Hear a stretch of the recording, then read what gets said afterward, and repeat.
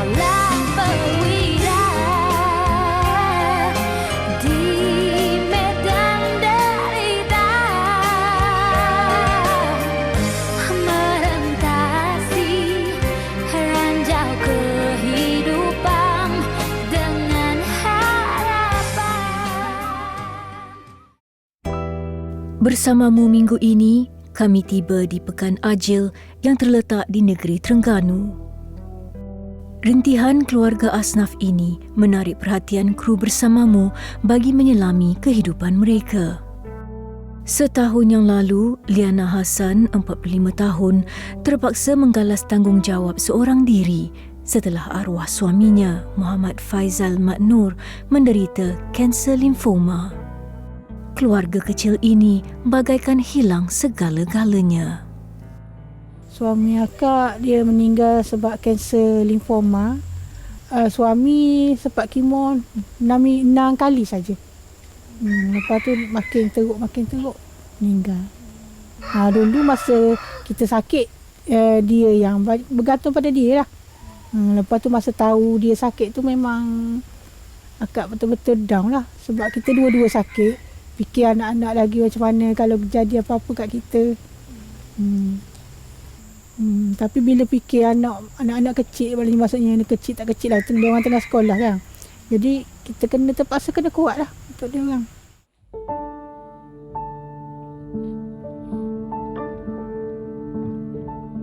Empat tahun disahkan menghidap sakit buah pinggang kronik, Liana merana. Tak kala melawan kesakitan, anak bongsunya Farah Ayuni, 12 tahun, banyak memberi semangat kepadanya.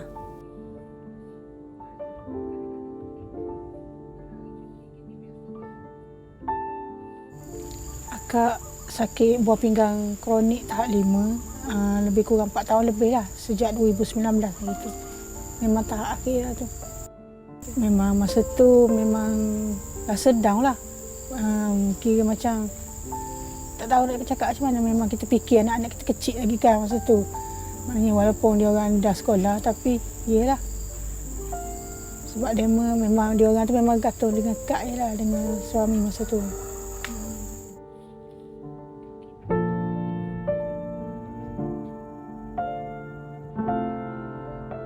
Hari demi hari, kesihatan Liana semakin membimbangkan.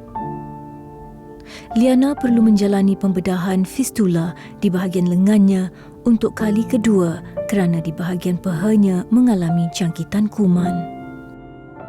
Sejak daripada 2019 tu memang akak tu buat dialisis lah. Sampai dah sekarang.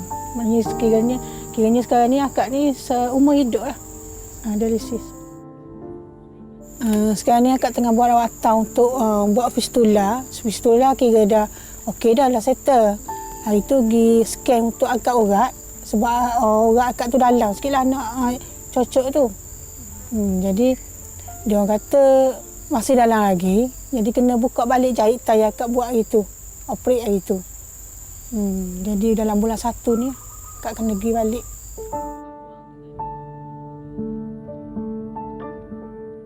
Walaupun perit, hidup perlu diteruskan. Banyak pantang larang yang perlu dijaga bagi pesakit buah pinggang ini. Liana hanya bergantung sepenuhnya kepada cara pemakanan, ubat-ubatan dan dialisis bagi meneruskan sisa kehidupannya yang ada. Air untuk pesakit macam kami ni biasanya 500 ml je untuk sehari. Untuk macam pesakit macam kami ni memang tak ada peluang untuk sembuh lah. Cuma kami ni bertahan dengan dialisis je lah sepanjang hayat. Tu je lah yang kita mampu nak sambung hayat kita. Kalau kita buat dialisis, racun dalam badan tu tinggi. Lepas tu air terlebih ke apa ke, memang teruk lah. Makin teruk lah maksudnya.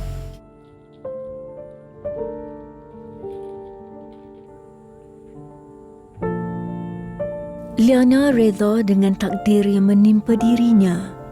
Namun jauh di sudut hati Liana tersimpan satu harapan. Dia sangat mengharapkan agar ada insan yang sudi menderma buah pinggang untuk dirinya. Kalau dekat hospital tu memang akan ada maknanya mungkin kita buat apa ni, dia ada penderma kan, tapi itu pun kena ikut turn lah. Penderma untuk kita dapatkan buah pinggang tu, kalau ada orang derma, alhamdulillah lah. Ini saya dalam 3 beradik je kan, jadi yang 2 orang tu lelaki, jadi tanggungjawab dia orang tu lebih pada keluarga dia lah. Jadi kalau dia derma kat saya, bila dia sakit pula jadi saya kata tak payah lah. Di medan derita Wira Di medan Untuk macam pesakit macam kami ni memang tak ada peluang untuk sembuh lah. Cuma kami ni bertahan dengan dialisis je lah. Kalau kita buat dialisis, racun dalam badan tu tinggi. Lepas tu air terlebih ke apa ke, memang teruk lah. Makin teruk lah maksudnya. Kesihatan Liana yang tidak stabil membuatkan dirinya tidak dapat mencari pekerjaan tetap. Jika dahulu, Liana mampu melakukan kerja berat. Namun kini untuk berdiri lama pun sudah memenatkan. Dia hanya bekerja di warung kopi dengan kadar upah RM25 sehari. Kalau hari akak tak dialisis, akak biasa tolong mak dekat kedai, kat gerai lah. Tolong dia niaga. Jadi kalau kata 3 kali seminggu yang akak buat kerja tu, kalau bergantung pada tahap kesihatan akak lah. Jadi kadang-kadang tu ada juga hari memang akak tak agak memang tak pergi lah. Jadi pendapatan pun bergantung pada kita buat kerja lah. Kalau hari tak pergi, tak dapat lah.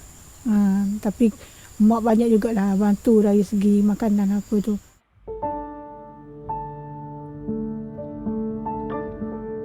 Kru bersamamu hadir di Sekolah Kebangsaan Tok Randuk, Ajil. Farah Ayuni, seorang pelajar yang aktif di sekolah ini, biarpun kadangkala dia tidak dapat hadir kerana terpaksa menjaga ibunya. Mujurlah masalah yang dialami Farah mendapat sokongan daripada pihak sekolah. Okay, Alhamdulillah, Farah Ayuni seorang murid yang aktif dalam kelas di sekolah dan dengan keadaan kemiskinan dia sebenarnya tidak mengganggu. Dia banyak aktiviti yang melibatkan sekolah dia sertai. Bantuan yang telah diberikan kepada Farah Ayuni yang pertamanya melalui KPM, Kementerian Pendidikan Malaysia, dia mendapat bantuan persekolahan sebanyak RM100, bantuan RMT, dan Farah Ayuni juga mendapat bantuan program susu sekolah.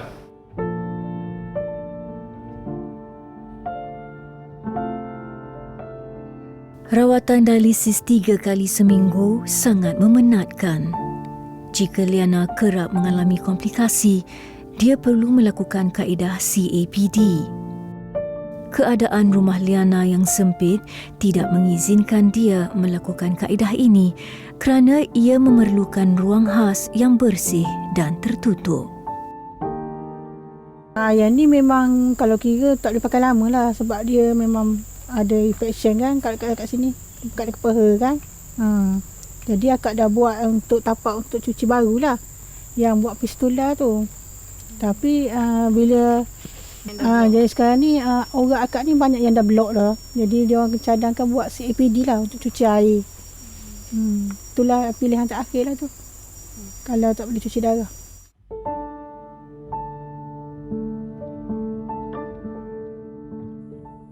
Penyakit buah pinggang kronik membuatkan Liana tidak lagi terdaya.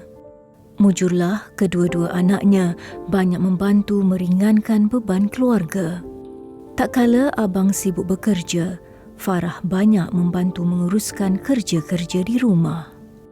Farah Ayuni, anak saya yang bongsu tu, alhamdulillah memang dia suka tolong saya lah. Kalau kat rumah memang dia je buat semua kerjanya. Jadi kalau orang kata 80% memang dia yang tolong Kak buat sekarang ni kerja. Semua masak ke kemar rumah dia yang buat. Kak sekarang ni memang kadang-kadang tu memang cepat letih. Tak boleh nak buat kerja lama. Macam pagi tadi, contohnya macam kita menyapu separuh jalan je. Lepas tu dia yang sambung. Nak buat kerja terus-menerus macam dulu memang tak boleh. Sejak kehilangan ketua keluarga, kehidupan mereka berubah.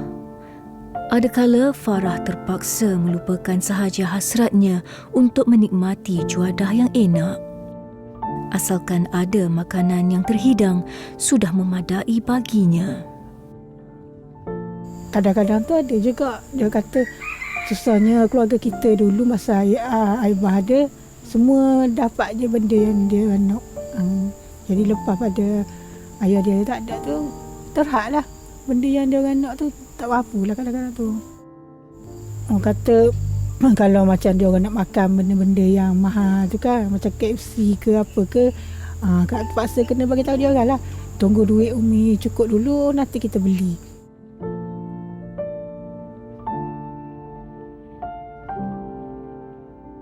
Sebagai ibu, Liana amat mementingkan pendidikan anaknya. Hanya dengan pendidikan yang sempurna mampu mengubah nasib mereka sekeluarga kelak. Selagi hayat di kandung badan, biarlah dirinya yang membanting tulang mencari rezeki. Anak-anak mula-mula masa bapak dia orang meninggal tu memang sama cakap lah, tak nak terima kan. Sebab dia fikir lepas ni macam mana nasib kita dengan mak dia dengan sakitnya, dengan dia orang masih sekolah lagi. Daripada mana mak dia nak ambil duit untuk belanja dia orang, sekolahan dia orang. Jadi memang akak terpaksa kena bagi tahu dia orang lah satu-satu macam mana Umi kena cuba kuat untuk korang semua. Tapi insya-Allah sekarang ni dia orang pun dapat terima lah ayah dia orang.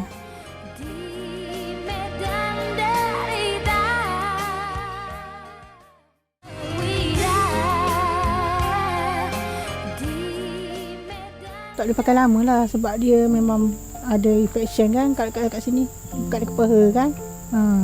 Jadi akak dah buat untuk tapak untuk cuci baru lah. Jadi sekarang ni orang akak ni banyak yang dah block dah. Jadi dia orang cadangkan buat CAPD lah untuk cuci air. Itulah pilihan terakhir lah tu.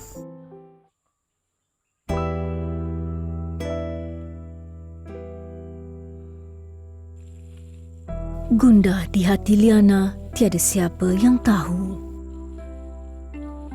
Bermain di benak fikirannya, apakah nasib anak-anaknya kelak? Namun apakan daya, Liana reda. Dia tidak akan sesekali berputus asa menjaga kedua-dua cahaya matanya selagi dirinya terdaya.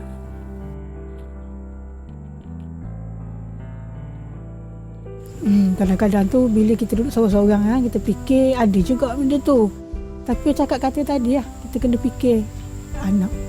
Semua ni kena kuat sebab anak. Kita tak boleh nak ikut diri kita je. Kita kena fikir anak kita ada. Kita kena kuat untuk dia orang. Itu je lah.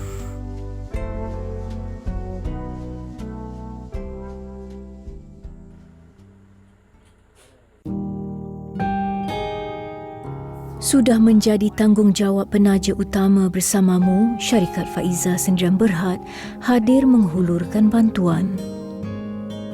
Sumbangan yang diwakili Pengurus Besar Kanan Dr. Salwa Abu Bakar untuk menyampaikan bantuan berupa wang tunai dan pelbagai barangan asas keluaran Faizah seperti beras, kicap dan rempah ratus.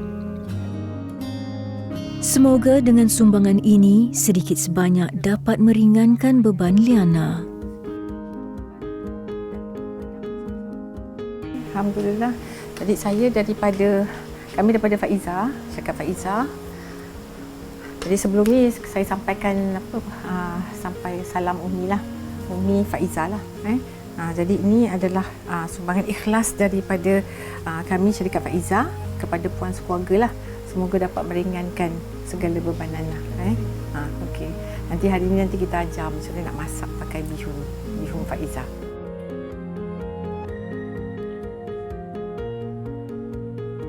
Okey, bihun Faizah ni dia datang dalam bentuk keping tau, Puan Liana. Cuba Puan Liana pegang ni. Keras kan? Jadi bila kita tengok macam ni keras, itu yang ramai lagi masih orang tak tahu macam mana nak gunakan. Dia ingat ke kena rendam lama ke apa ke, yang sebenarnya tak perlu. Cuba kita tengok ni. Ini tadi kita rendam 5 minit je. 5 minit, lepas tu kita toast, dia dah lembut dah. Cuma rupa dia masih lagi dalam bentuk keping macam ni. Bila dah masuk kuali, kita kacau-kacau, dia dah jadilah bihun. Jadi bihun Faiza ni kita buat sendiri dekat Seri Gading. Actually masak ni tak ada formula yang tertentu. Apa cara pun boleh. Kan? Lain orang lain cara. Ini kita letak tomato sauce pula. So sekarang ni kalau kita nak masak, nak pakai garam pun boleh, nak tak garam pun boleh. Kalau kita nak gunakan kicap masin pun boleh. Salah satulah. Nanti masin sangat pula. Ini beza dia, bihun Faiza yang keping ni dengan bihun Faiza yang siap. Kalau kita angkat pun dia masih keping. So jangan takutlah bila nampak berkeping, alamak tak jadi ah. Tak, dia bukan pasal tak jadi. Memang dia macam ni. Lepas tu kita letak. So sekarang dah settle, dah siap. Jadi ni nampak puan jadi actually cara masak, cara menggayakan ni terpulang.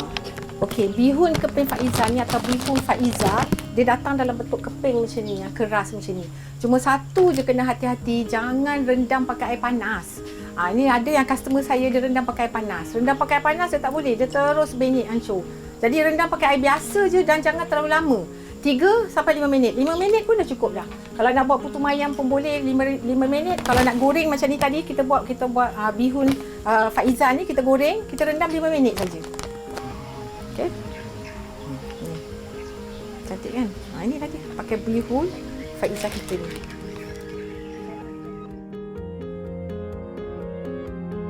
Derita yang dialami Liana sekeluarga mendapat perhatian Ahli Dewan Undangan Negeri AJIL. Dia diwakili Jawatan Kuasa Pembangunan Keselamatan Kampung JPKK Zamani Cik menyampaikan bantuan bulanan JKM sebanyak RM200. Aktiviti kita hari ini adalah menziarahi dia. Menziarahi dan juga bagi bantuan barang dapur untuk meringankan beban Puan Liana. Bantuan-bantuan yang akan yang telah dapatlah. Bantuan yang dapatnya tabung Darul Imam seperti bantuan pakaian sekolah dan juga daripada bantuan Jabatan Kebajikan Masyarakat 200 sebulan. Untuk bantuan Jabatan Kebajikan Masyarakat ni kita akan usaha mendapat tambahanlah untuk sara hidup dia.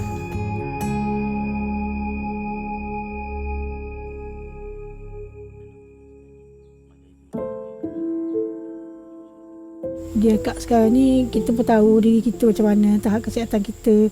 Jadi kalau akak sendiri pun mungkin tak ada, nanti akak harap dia orang dapat berdikari, rajin, orang kata belajar, dapat berdikari untuk dia orang pun tak apa dah.